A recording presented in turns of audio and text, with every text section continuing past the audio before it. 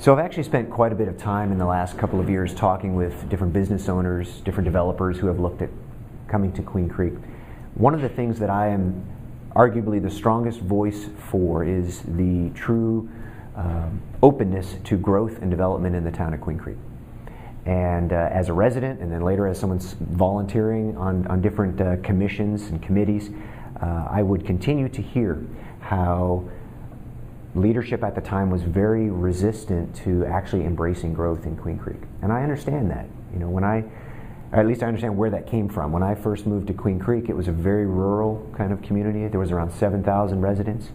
The history and heritage, which we honor, of Queen Creek is very sort of equestrian and rural farming, and there's a lot of people that are very influential in the community that they would love to see Queen Creek stay that way. I, however, don't share that viewpoint. Instead, I embrace the growth. I think that that is the new vision and future for Queen Creek.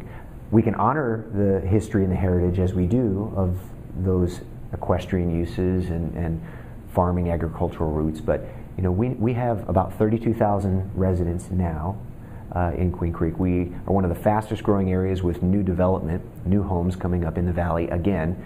So by our conservative estimates, we're going to have around 55,000 residents in the next 5 years total. That's massive growth again.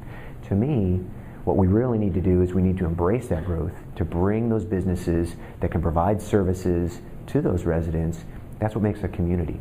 So what can I do as one member of the council, as I have done for 2 years and will continue to do if the people return me to office later this year, is to be open to meeting with developers, to be meeting with business owners, to hear their concerns, to represent their interests, to really speak for that voice as opposed to just sort of that,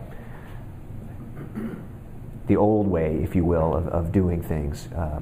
I try to represent the demographic that I think is kind of the new Queen Creek, which again is suburban. It's people who tend to commute. We have, you know, a very high median income average in the valley.